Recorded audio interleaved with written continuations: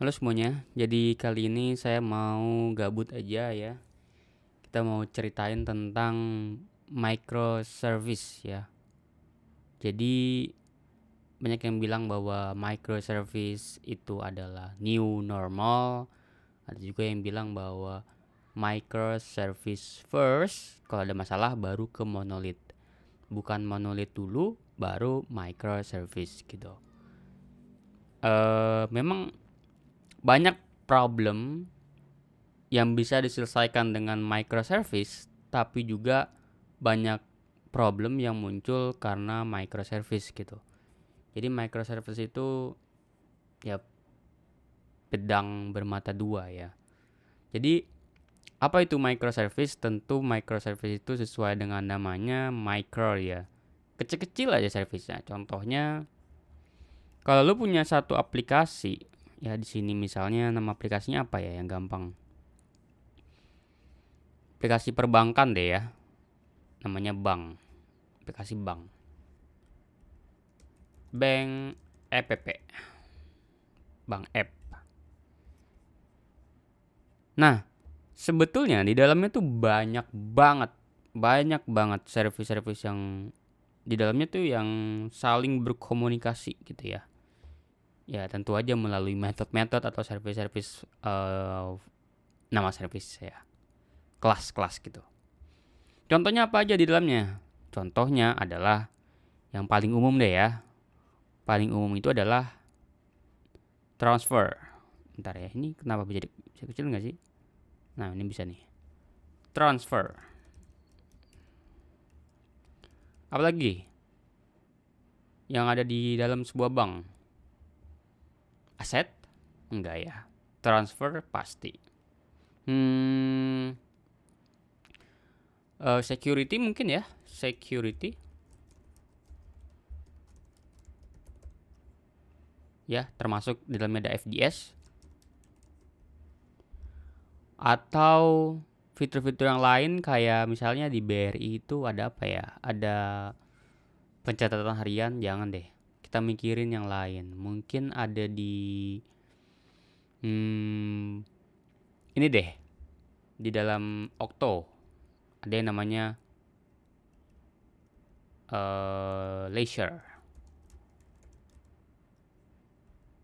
Apa ya? Jalan-jalan. Apa ya? Vacation ya. Meskipun beda-beda, banyak lah pokoknya ya. Fitur-fitur yang nggak termasuk di dalam bank tapi ada aja gitu. Oh jangan deh, gini deh. Top up. Atau tagihan ya. Nah, tiga ini biasanya memang di dalam aplikasi itu sangat-sangat terkait gitu ya. Misalnya mau transfer ya, berarti security. Oh tagihan sama juga ya, nanti dia ke security habis itu ke transfer gitu. Komunikasi tapi di dalam satu service ini aja. Ya kan? Kayak gini. Tapi permasalahannya apa sih, Bang? Sebetulnya jalan-jalan aja, working fine gitu ya. Aman gitu. Tapi oke, mari kita berasumsi bahwa atau berpikir gimana kalau ada bug ya, ada bug di transfer. Sini ada bug nih. Ada isu lah ya. Deploy lah kita kan. Nah, ketika di deploy semuanya kena nih. Security kena, tagihan kena. Mungkin tagihan ada orang yang mau cuman tagihan itu nggak mau ke transfer ke security FDS. Gue tuh cuman pengen ngeliat list tagihan gue, atau iya gue cuma pengen tahu tagihan gue bulan kemarin tuh berapa. Gue nggak perlu ke transfer, gue nggak perlu ke security. Tapi semua service ini down, ya kan? Dia down lah ya. Nah kayak gini dia bentukannya Dendi. Masuk sini, service-nya down, tagihannya nggak bisa diakses. Mungkin adalah, oh kalau begitu gampang aja bang, kita tinggal service itu yang down, yang lain itu pakai menjalankan mekanisme green red, green blue. Iya. Tapi permasalahannya adalah di sini apalagi pakai Java ya, RAM yang dibutuhkan itu bisa sampai lebih dari 32 GB. Jadi bisa dibayangin, kalau ini scale up udah sampai 64 GB. Padahal sebetulnya service mana yang berat? Kita harus cek. Service mana yang perlu heap gede? Kita nggak tahu. Harus dicek. Nah, itulah kekurangan dari monolith. Apalagi bang kekurangannya? Codingan ini ya, misalnya gue tuh pengen ada lagi deh, satu lagi deh, analitik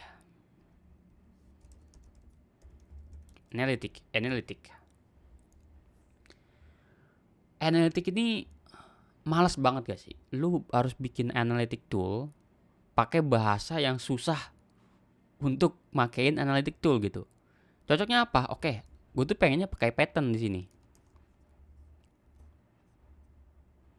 Yang lain pakai Java gitu misalnya. Java atau mungkin pakai Go, pakai bahasa lain gitu. Tapi di sini kita nggak bisa nih, karena satu build satu barang gini, satu app nggak bisa kan? Bisa juga. Scale up susah. Kalau ada isu agak susah ngedeploy-nya. Terus kalau misalnya mau dibedain juga susah gitu ya, nggak bisa. Karena orang-orang analitik mungkin ngertinya cuma Python gitu. Dan itu lebih gampang juga kita proses. Karena dia cuma berbasis street. Yang lain mungkin karena I/O kita perlu concurrent. Mungkin pakai Golang gitu. Atau pakai virtual thread. Nah inilah masalahnya. Yang harus kita solve dengan microservice gitu. Nggak harus juga. Tapi ada kita solve pakai microservice. Oke, microservice. Ini kita buang. Bundlean ini sekarang ini berdiri masing-masing. Tes. Ini service 1, service 2, service 3, service 4. Keren kan? Apakah mudah? Tentu sulit. Ketika memecah, ini kayak dia yang bilang, "Oh, Bang, lu jangan ngomong mecah, itu gak bener mecah itu." Gue selalu bilang ya mecah. Kenapa? Karena kalau lu gelas lu pecahin itu masih ada ya sistemnya tuh sama gitu. Ya, di dalamnya tuh sama-sama beling. Tapi semua ini berkombinasi menjadi gelas kalau disetting kembali. Oke, sekarang sudah dipisahin begini ya, service-service ini. Sekarang gimana cara mereka komunikasi? Ya mungkin pakai gRPC, pakai REST, atau pakai RPC, SOAP, pakai UDP. Bisa aja ya, aman sekarang komunikasi ini. Tinggal misalnya tes, ada komunikasi ke sini, ya kan? Ada komunikasi ke sini misalnya. Ada komunikasi ke sini. Beda-beda lah ya. Nah ini. Tes komunikasi ke sini. Sekarang kalau misalnya service 1 misalnya transfer mau deploy ya kan. Kalaupun ada down ya, downtime gitu misalnya. Terus si tagihan itu orangnya cuma pengen ngeliat tagihan, nggak perlu ke ngehit ke transfer. Tagihan tuh nggak akan ngefek, aman gitu. Jalannya biasa. Security FDS.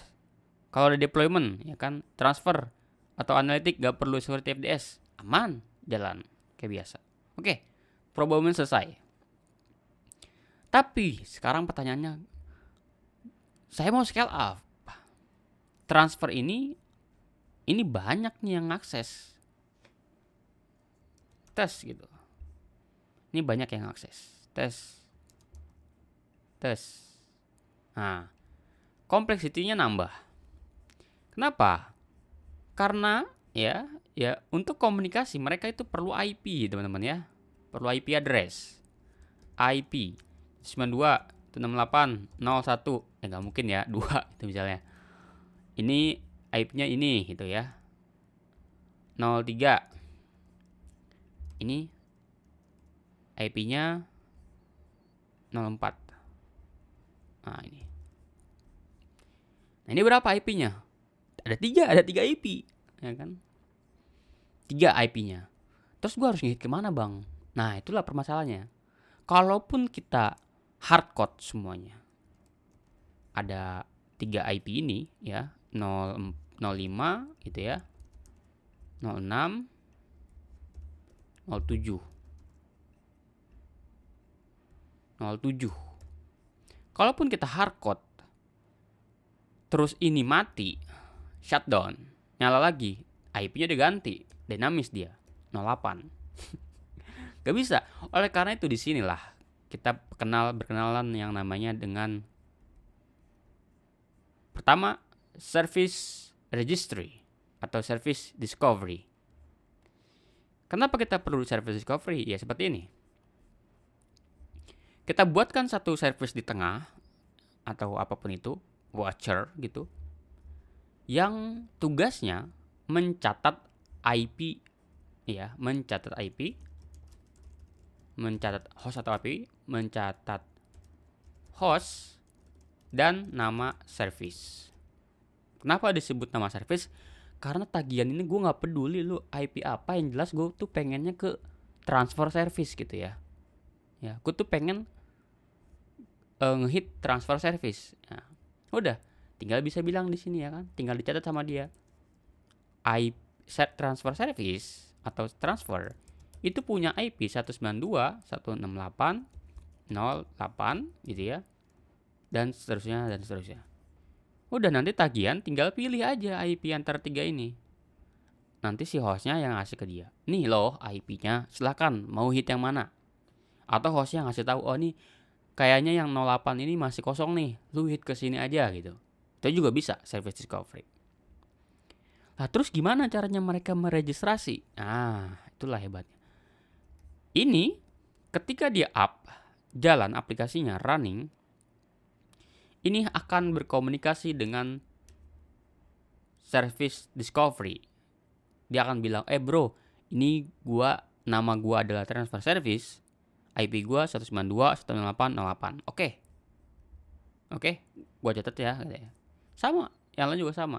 Kalau mati gimana? Ya kalau mati dia akan dihilangkan. Kenapa? Dihilangkan karena dia sebetulnya akan ngirim heartbeat.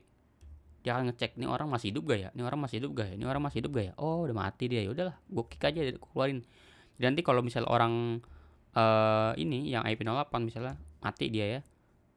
Misalnya analitik mau ngecek, wah, dia nggak akan dikasih yang 08, dikasihnya yang lain. Gitu ya. Begitu juga ini, ketika komunikasi dengan ini nggak langsung nembak ke sini, tapi dia melalui service discovery dulu. Nah, problem selesai. Aman kan? Aman. Nah, sekarang kita lihat lagi di sini. Ada lagi yang namanya adalah, oke, sekarang kita ada isu yang lain. Menarik nih. Ini boleh nggak ya kita hapus dulu aja ya? Jangan deh, kita copy aja deh. Kita copy, kita paste di sini. Ini kita hapus. Nah, ini juga saya hapus, service discovery. Kayak gini. Oke. Anggaplah ada satu service yang melakukan chaining ya. Misalnya dari tagihan ya, ngehit ke security FDS ngehit ke analitik. Jangan. Apa terlalu mengada-ngada itu. 3 meskipun nggak mungkin, tapi coba kita simulasikan deh seperti ini.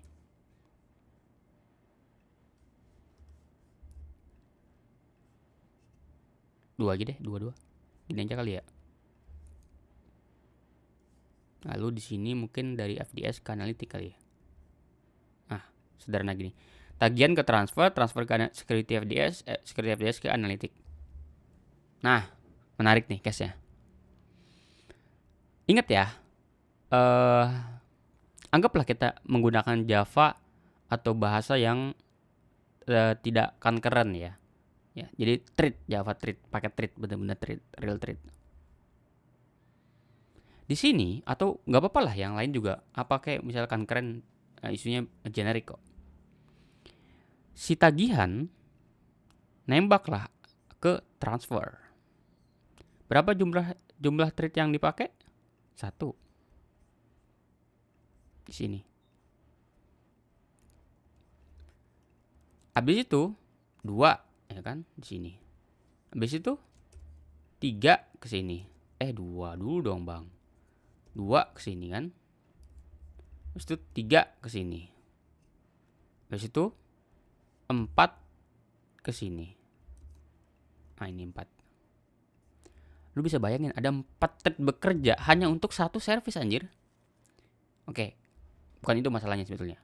Masalahnya muncul ketika ini nih, si analitik ini. Slow respon. Masalah muncul ketika si analitik ini slow respon atau bahkan failed.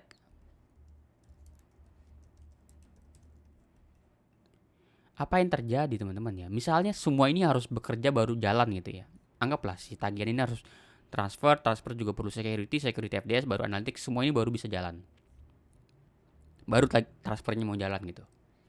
Karena dia mau ngecek security FDS penuh analitik. Oke. Apa yang terjadi di sini adalah penumpukan, teman-teman ya.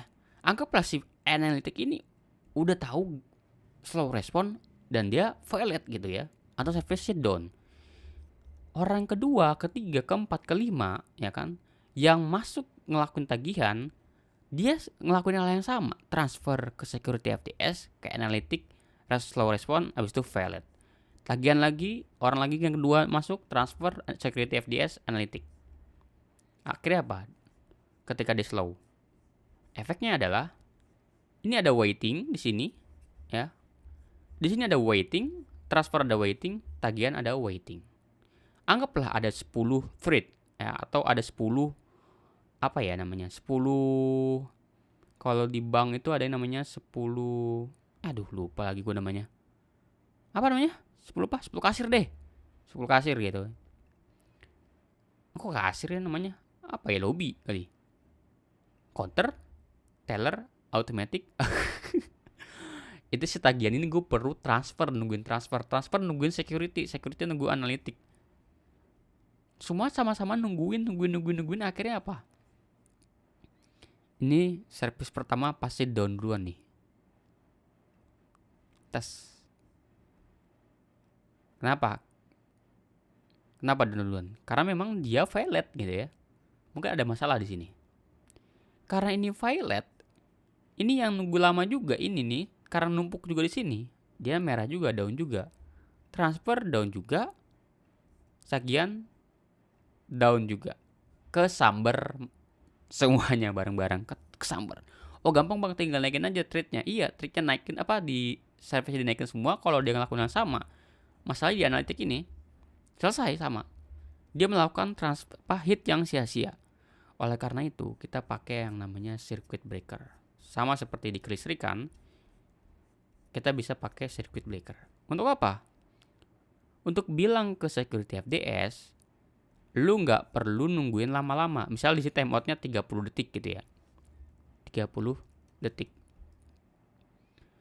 Security FDS, lu nggak perlu nunggu lama-lama dari analitik. Ya. Karena tadi 2 respon itu gagal gitu ya. Ya, si security FDS dibilang sama si circuit breaker. Jadi di sini ada circuit breaker misalnya. Apa ya? Gimana bentuknya yang paling aman? Gini deh. Ini aja deh. Gini ya. Jadi di sini ada circuit breaker yang ngecek nih, ya kan? Ini di dalam service si security ini. Nih orang kok analitik gagal mulu ya, atau failed mulu ya, responnya lama banget, ya kan? Udah, kalau gitu gue matiin aja deh di sini. Tes gitu ya kan. Jadi nanti tagihan transfer ke security ini nggak perlu nunggu 30 detik dari analitik. Dia tahu kok orang gagal itu timeout. Ya udah, gue matiin aja. Gue langsung bilang ke si transfer bahwa eksekusi kita gagal nih karena si analitik nggak bisa dihubungin gitu ya. Padahal dia nggak nyoba ya, karena memang 3 kali nyoba ya kan gagal terus. Ya udah, semua request setelahnya akan dimatiin langsung di circuit breaker di sini. Jadi nggak perlu karena analitikanya bermasalah nih. Udah selesai masalah. Sehingga sekarang tidak ada penumpukan traffic. Gimana nanti mereka ngebukanya? Mereka akan try lagi sekali lagi. Setiap berapa detik sekali atau interval. Bisa disetting kok. Terus ya kan, di setelah 3 menit ya kan, ternyata sekarang udah normal nih analitik, ya udah. Tinggal kita buka kembali si circuit breaker-nya. Tinggal ditutup kembali circuit breaker. Jadi circuit breaker itu kebalik. Open itu artinya kebuka atau artinya nggak bisa jalan, tutup artinya terkoneksi lah, sama seperti sirkuit. Sekarang apa permasalahan selanjutnya adalah, nah ini di sini ada yang namanya, ada yang namanya API gateway. Nah, API gateway. Apa itu API gateway? Sekarang kita tahu kan bahwa service-service ini punya IP sendiri, punya IP masing-masing, punya host masing-masing. Sekarang gue tuh pengen bikin aplikasi front end, Bang. Aplikasi front end tuh kayak gimana ya bentukannya ya? Gini deh. FA. Ya kan? Front end. Bang, gue pengen ngehit kemana ya? Gampang. Di sini kita bikin aja, ada di sini nih. Itu namanya HTTPS ya kan? Service1.com gitu ya. Nah, ini kita bikin di sini HTTPS service2.com. Maukah kayak gini? Ya kan, nanti ketika dia hit, gue hit ke sini. Ya kan? Kalau misalnya butuh tagihan, gue hit ke service2.com. Apakah mau kayak gini? Tentu gak mau. Kenapa? Karena domain mahal. Pertama, yang kedua, ya pusing FA-nya ya kan. Gue harus ngehit ke mana nih URL-nya. Yang ketiga, sentralisnya mana, security-nya apa? Apakah semuanya masing-masing mau mengimplementasikan security masing-masing? Tentu nggak mau. Gimana kalau kita bikin satu service di tengah di sini, namanya adalah gateway, gerbang. Gateway. Ya kan? Nanti FAE tinggal nembak ke gateway. Misalnya gateway inilah yang jadi, misalnya apa ya? https api.bri.com. Sudah. Nanti di sini tinggal diteruskan misalnya. Dia user ini, ingat ya, ini ada 3 IP nih di transfer. User ini mau nembak ke transfer, berarti bisa jadi ke sini, bisa jadi ke sini, bisa jadi juga ke sini. Tergantung apa? Tergantung dia komunikasi dengan service discovery. Nah, berguna lagi tuh service discovery. Untuk nyari dari user, kita nembaknya kemana nih untuk transfer. Nah, keren kan? Keren banget. Tinggal dari gateway. Berguna apa lagi gateway? Berguna untuk masalah security gitu ya. Misalnya di sini ada filter apalah, ada rate limit lah, ada rate limit ya kan? Rate limit misalnya ya. Ada rate limit. Ada juga misalnya di sini ada yang namanya transfer gitu ya. Misalnya apa ya? Transfer BI fast gitu ya. Kayak gini. Internal atau top up, transfer top up. Yang mana dari sini tuh nggak bisa hit ke sini, nggak boleh, ya kan?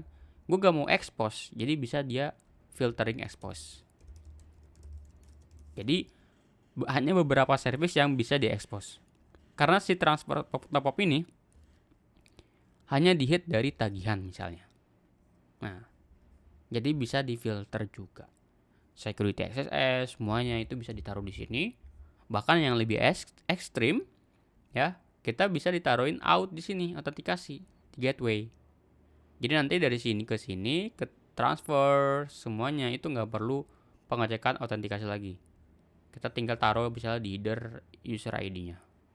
Kenapa? Karena sudah dipastikan semua di sini tuh aman. Nah, gitu. Apalagi isunya yang lain? Isunya adalah yang terakhir nih kita bilang, yaitu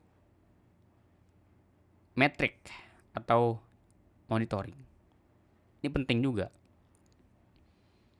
Sekarang gimana caranya kita berkomunikasi ya? Misalnya gini deh. Kita coba tagihan misalnya, tagihan itu kan hit ke transfer hit ke security hit ke analytic.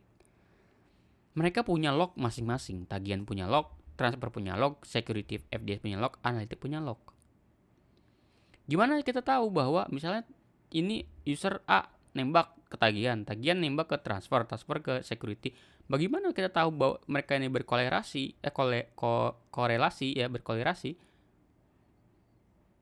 Kita menggunakan yang namanya trace ID ya. Tracing. Dengan begini, teman-teman ya, dengan begini kita bisa menaruh di lognya ya. Misalnya di sini. Starting tracing security-nya A1 2 3. Maka di sini kita juga bilang 1 2 3. Di sini juga 1 2 3. Sini juga 1 2 3. Nanti kalau misalnya user lain ya berarti dia pakai 456 789, beda-beda pokoknya. Jadi nanti untuk tahu lognya dari transfer ini dari sini, kita bisa menggunakan tracing. Trace ID. Pakainya apa? Dia biasanya ditembak pakai header ya. Jadi header di sini, headernya diterima dari sini, ada TP headernya, baru dimasukin ke log otomatis. Kalau di Spring kita bisa pakai namanya Spring Sleuth, ada juga micrometer, banyak implementasinya. Penjelas sistemnya begini. Dengan tracing kita juga bisa melihat latensinya tuh di mana. Misalnya di sini cuma butuh 0,2 second gitu ya. Pas ke sini dia butuh 0,5 second gitu ya. Pas di sini ternyata dia perlu 17 second. Kenapa nih kira-kira? Nah, kita bisa lihat isunya di sini. Kita tinggal cek. Oh, apa ini? Oh, berarti query apa? Oh, ternyata masalahnya tuh di sini. Ini tuh nyampe 15 detik. Oh, ternyata isunya di analytic. Bisa di tracing di situ. Sehingga kita bisa melihat bottleneck itu di mana. Itu yang pertama. Yang kedua, kita bisa mudah lognya tuh tinggal nyari pakai trace ID ini. Oh, ternyata tagihan ini ngingetnya ke transfer ke security FDS, ini ke analytic. Itulah gunanya tracing. Karena lognya udah bukan masing-masing. Apalagi karena dengan tracing kita bisa mensentralkan log kita, centralized log. Semuanya harus sentral. Kenapa? Nanti log ini tinggal ditaruh di sini ya kan. Security ada log, masukin ke sini ya kan. Analytic ada log, masukin ke sini. Tagihan juga ada log, masukin ke sini. Jadi nanti orang-orang ini nggak perlu ngebukain potnya masing-masing di sini. Satu ini masukin sini, masuk sini. Tinggal punya akses ke sini. Oh, udah. Saya udah pernah kok bikin video central log. Semua masalah di sini saya udah buat videonya ya, termasuk circuit breaker segala macam. Nah, bisa kayak gini. Semuanya sentral. Apalagi yang sentral, konfigurasi itu juga bagusnya sentral. Central config DB, config timeout, config itu komunikasi internal bisa ditaruh di sini. Sehingga atau misalnya nanti ada Redis lagi. Nah, semuanya beda lagi di sini environment-nya. Itulah kenapa kita perlu memang mensentralkan data-data ini. Karena memang setelah hadirnya microservice bisa banyak masalah muncul, banyak juga masalah yang sudah diselesaikan dengan baik oleh Netflix. Oke, mungkin itu aja ya untuk config server, service discovery, circuit breaker, lalu Spring Sleuth, message broker, database, metric. Nah, itu semua. Nah, iya database ya. Tentu database jangan bikin database sentral ya. Karena ngapain pakai microservice kalau tanya database-nya masuk sentral gini. Jangan ya. Sentral database-nya jangan gitu dong. Tagihan ya berarti punya DB tagihan. Security punya DB-nya sendiri, transfer punya DB-nya sendiri, analytic punya DB-nya sendiri. Jangan ini DB ini satu ini ditembak rame-rame ya, percuma microservice satu. Buat apa? Buat naikin harga project doang kan nggak bisa kayak gitu ya. Itu aja. Thank you semuanya.